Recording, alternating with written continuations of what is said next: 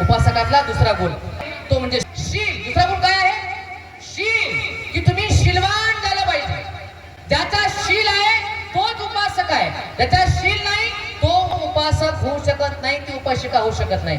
शील म्हणजे काय? तर पंचशील आमच्या सामान्य लोकांसाठी काय आहे? पंचशील. पंचशील काय आहे? हिंसा, चोरी, मिथ्याचार, खोटे आणि नशापता, या 5 गोष्टी आहेत.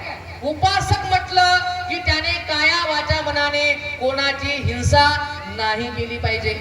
उपासक म्हटलं की त्याने कोणाची चोरी नाही केली पाहिजे. उपासक म्हटलं की त्याने व्यभिचार नाही केला पाहिजे. उपासक म्हटलं की त्याने खोटं नाही बोललं पाहिजे, चुगली नाही केली पाहिजे, चारी नाही केली पाहिजे, त्याने अपशब्द नाही बोलले पाहिजे, त्याने कोणाचे उकडे नाही उतरले पाहिजे.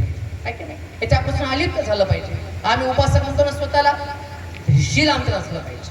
उपासक त्यालाच म्हणतात जो नशा पता करत नाही, जो दारू, पिडी, पुडी, तंबाखू, गुटखा, ड्रग्स, चरस जे काही नशा आणणारे पदार्थ आहेत याच्यापासून जो अलिप्त आहे तो उपासक आहे. बरं, वंदा आम्ही भक्ती जे म्हणायला लागला, विहारात जायला लागला, 100 रुपये दान द्यायला लागला आणि टुल 90 पिऊन आहे, उपासक म्हणावं का त्याला?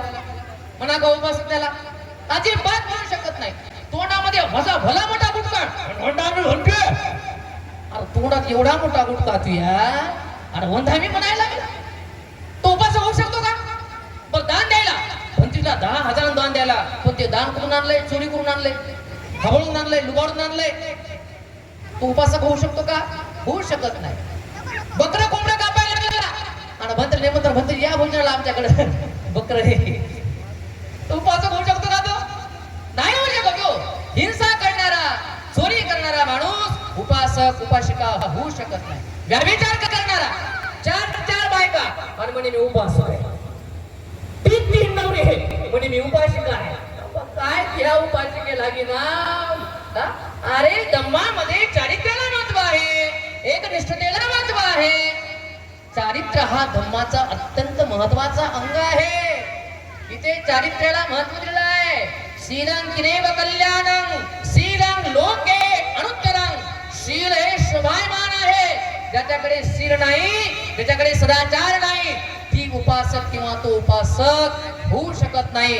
चारित्र्याला धम्मात महत्व आहे. पण ज्याचं चारित्र्य शुद्ध नाही तो बुद्ध होऊ शकत नाही, तो उपासक उपासिका होऊ शकत नाही.